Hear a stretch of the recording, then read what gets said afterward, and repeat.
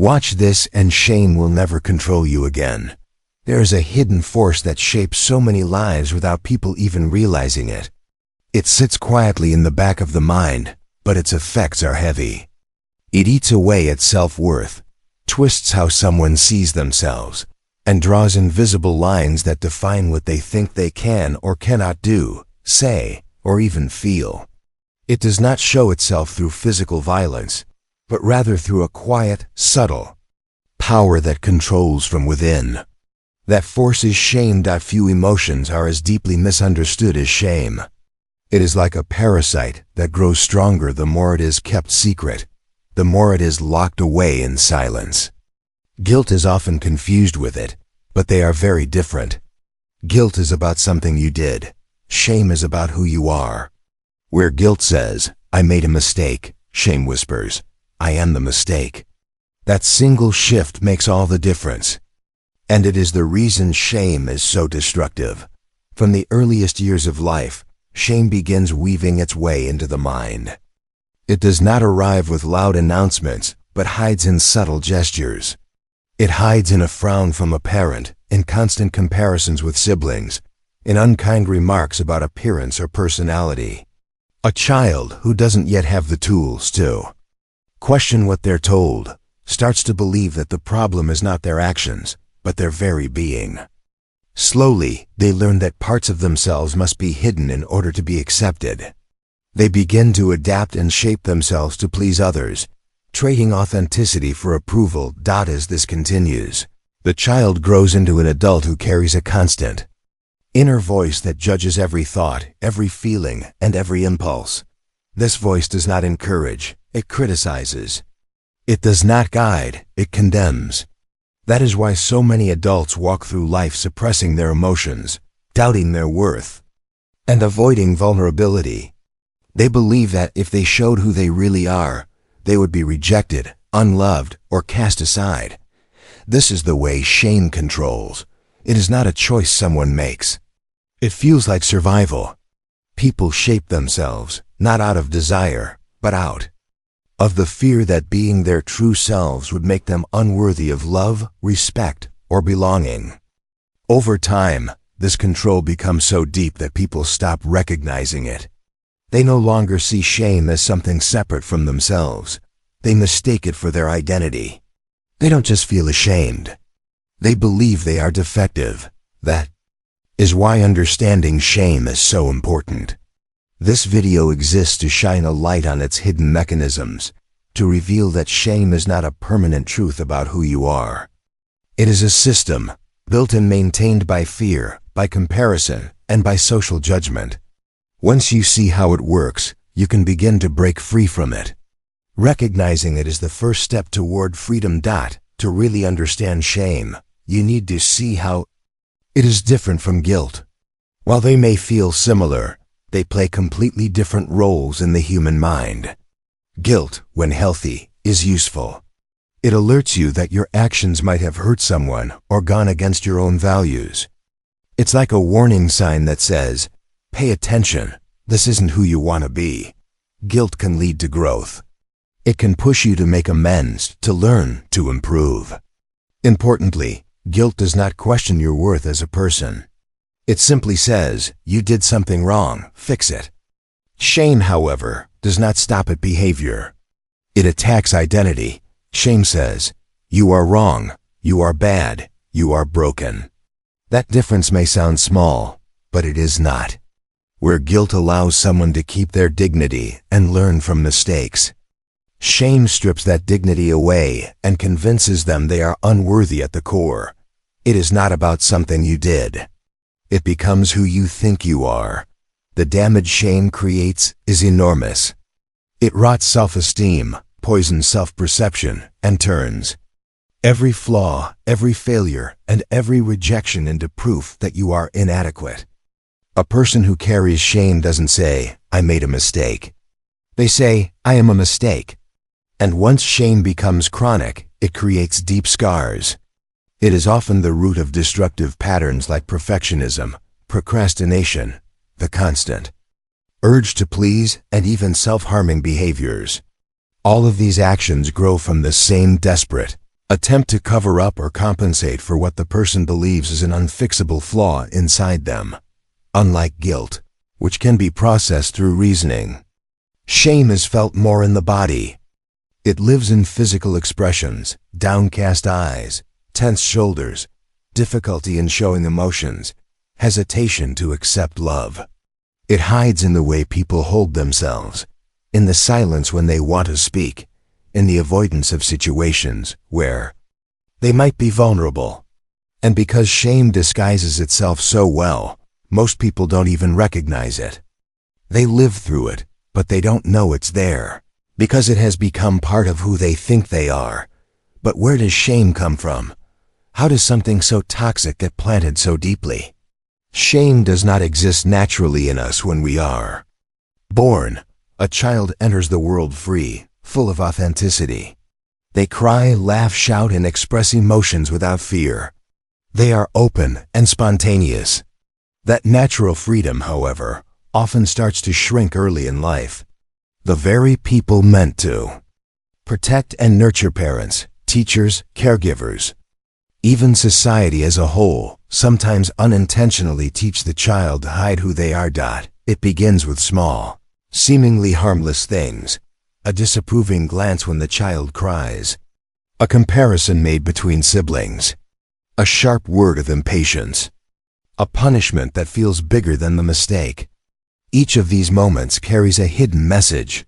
If you act like yourself, you will be punished. If you express your feelings, you will be rejected. If you show your true self, you will not be loved. That message cuts deep. The child learns quickly that survival depends on hiding parts of themselves.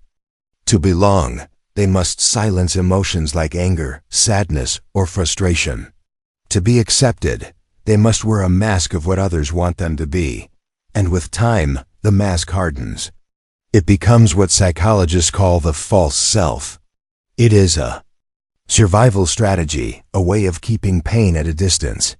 But it is also the beginning of alienation. By hiding the true self, the child creates an empty space inside, a sense of never being enough, and a hunger for constant validation from others. This pattern continues into adulthood. The person censors their thoughts before they even voice them. They hide emotions without even noticing. They forget what it was like to be spontaneous. And worse, they begin treating others with the same criticism and judgment they once received. Shame not only traps the individual, it spreads, shaping relationships, family dynamics, and even professional environments. Over time, shame evolves into something much more than a passing feeling. It becomes an entire system of surveillance within the mind. It is as if there is a permanent, invisible judge living inside, monitoring every move. This judge doesn't encourage, it punishes. It doesn't advise, it humiliates. And because it has been internalized so deeply, people often confuse this voice with their own conscience. But it is not conscience. It is conditioning. It is not wisdom. It is fear disguised as reason. This inner judge acts like a prison guard in a prison. Without walls, desires are repressed, ideas are filtered, and spontaneity is locked away. The person lives in constant self-monitoring, always scanning for potential rejection or disapproval. They avoid risks, avoid exposure, and avoid authenticity. And while they may think it is the outside world that is judging them, the truth is harsher. It is their own internalized gaze, planted years ago, that never stops watching. Thinkers like Michel Foucault have explained how power becomes strongest when it no longer needs to be enforced externally, but instead is internalized. Once that happens, people control themselves without even realizing it.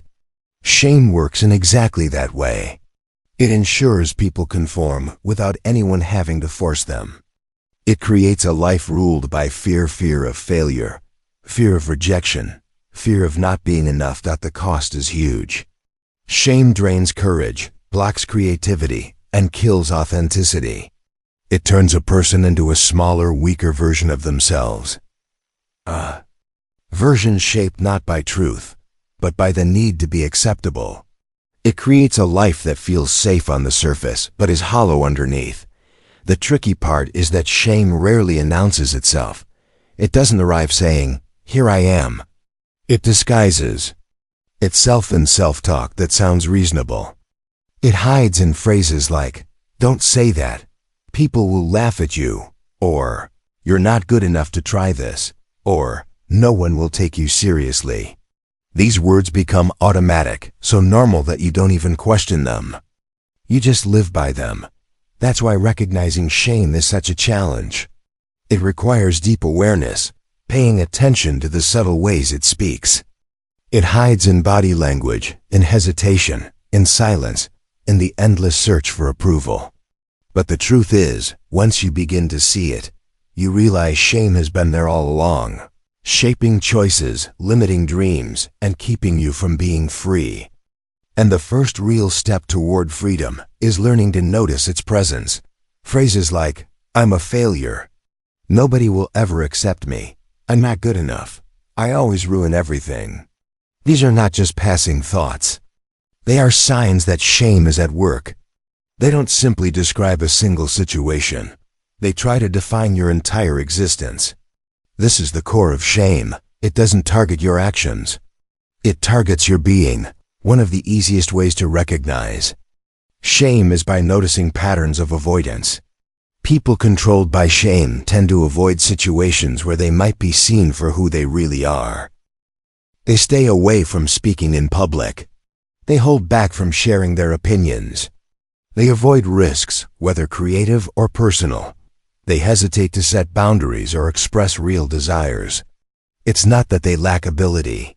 It's that the fear of being exposed feels unbearable. Shame convinces them that if they reveal themselves, the world will see them as unworthy. Shame also shows up in habits that sabotage progress. Procrastination that never ends. Addictive behaviors. Obsessions that take over daily life. Isolation from others, a perfectionism that exhausts the mind and body. These are not random patterns. They grow from shame. They are unconscious strategies meant to avoid the sting of judgment or rejection. Instead of facing possible failure, people unconsciously trap themselves in cycles that prevent them from even trying. Many times they don't realize they are sabotaging their own lives. All they feel is a heavy fatigue, a voice whispering, "Don't bother, it's not worth it. You'll fail anyway." Another way shame works is through projection. When someone is filled with shame, they often start pointing it outward. They criticize others harshly. They become demanding, judgmental, or controlling. This isn't because they want to be cruel. It's because attacking others numbs the pain they feel inside. It's as if they're unconsciously saying, "If I can't accept myself, then no one else should be accepted either." It is a cycle of pain being passed around, hurting others the way they have been hurt. Recognizing these signs can feel painful. It takes honesty, it takes patience, it takes courage. But it is also one of the most freeing steps a person can take. Because once you see shame for what it is, you can separate yourself from it. You realize that this voice inside your head is not you. It is a shadow from the past. It is an echo of old conditioning, not your truth. And once you see that clearly, the question becomes, what do I do with this? Now that I recognize shame, how do I weaken it? How do I stop it from controlling me? The answer begins with self-compassion. Not the shallow version of compassion that ignores pain or covers it up with fake positivity. Not repeating empty phrases in the mirror while ignoring what you really feel. Real self-compassion is something deeper, stronger, and more honest. It is an act of courage. It means choosing to stay present with your own pain instead of running from it. It means looking at the most wounded, vulnerable parts of yourself with patience instead of judgment. It means saying to yourself, "I may be imperfect, but I still deserve kindness." Shame grows when people believe they must earn love, acceptance, or respect. It digs its roots deep when someone feels their value depends on how they look, how they perform, or how close they come to some impossible standard. That belief keeps them chained, always chasing approval, never feeling enough. Breaking this cycle requires more than willpower. It requires compassion directed inward. The same compassion most people easily show to others, but rarely give to themselves. Self-compassion is not weakness. Psychologists like Kristen Neff explain that it is one of the most powerful emotional tools we have. When you practice it, your nervous system relaxes. The constant sense of threat that shame triggers begins to quiet down. You step out of survival mode and into a state of safety. And when your body and mind feel safe, real growth can finally begin. But to reach this state, you must face the voice of shame directly. For years, you may have believed this voice without question. You may have thought it was simply your conscience or even truth, but now you can challenge it. You can ask yourself, who taught me to see myself this way? Where did I learn that? I am inadequate? Why do I believe my worth depends on someone else's approval? These questions are not small. They are tools that dismantle the lies. Because when you answer honestly, you begin to see the truth. Shame is not natural. You were not born with it. It was taught, it was learned. And if it was learned, it can be unlearned. That realization alone can shift everything. You are not the problem. Shame is the problem. And shame is not your identity.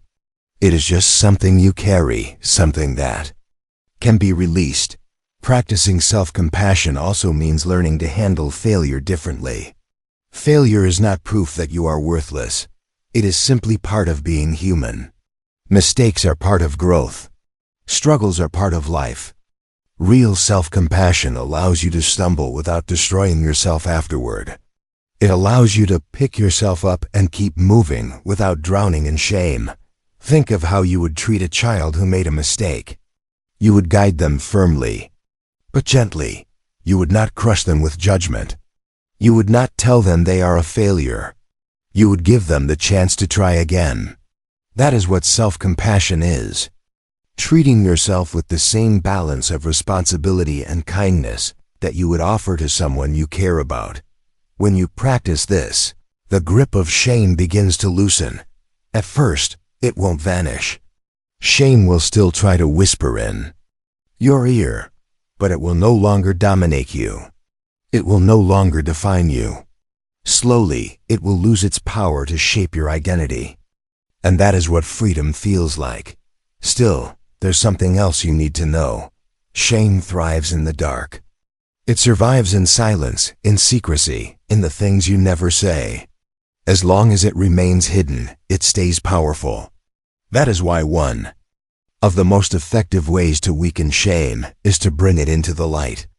When you give it words, when you name it, when you tell your story, even if only to yourself, shame starts to lose its grip. It cannot survive exposure. This does not mean shame will disappear forever. It may still try to return in moments of vulnerability.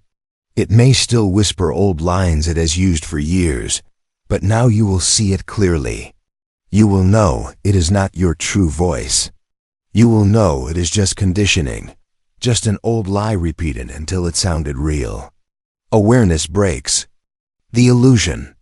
And once you recognize the illusion, it cannot control you the same way again. Living with authenticity does not mean becoming perfect. It means becoming real. It means giving yourself permission to be human, to change your mind, to make mistakes, to feel emotions, to be vulnerable, to fall and stand up again, to keep going even when you are not at your best. Shame tries to convince you that if people saw your flaws, they would stop loving you. But the truth is, only when you allow yourself to be seen fully does real love, both from others and from yourself, become possible. Right now, you might still be carrying old wounds. Maybe it's a phrase someone once said to you, a look that made you feel small, or an experience that left scars you never talked about. But you are no longer powerless. You now have the language to name shame. You now know where to look for You can see how it hides, how it speaks, how it controls. And because you see it, you are no longer trapped by it. You don't have to keep hiding. You don't have to keep molding yourself into what others expect. You don't have to keep apologizing for existing. You are not your trauma. You are not your failures. You are not the distorted reflection that someone once forced onto you. You are more than that. You are whole. You are worthy. You are capable. Every step you take toward living your truth is a strike against shame. Every moment you choose authenticity over hiding, courage over silence, compassion over judgment, you weaken the system that once kept you small. And as this happens, shame loses its place. It no longer gets to sit at the center of your identity. It no longer gets to tell your story for you. You get to tell your story now. You get to decide what defines you. And in doing so, you prove the central truth that shame tried to erase, that you were always enough, just as you are.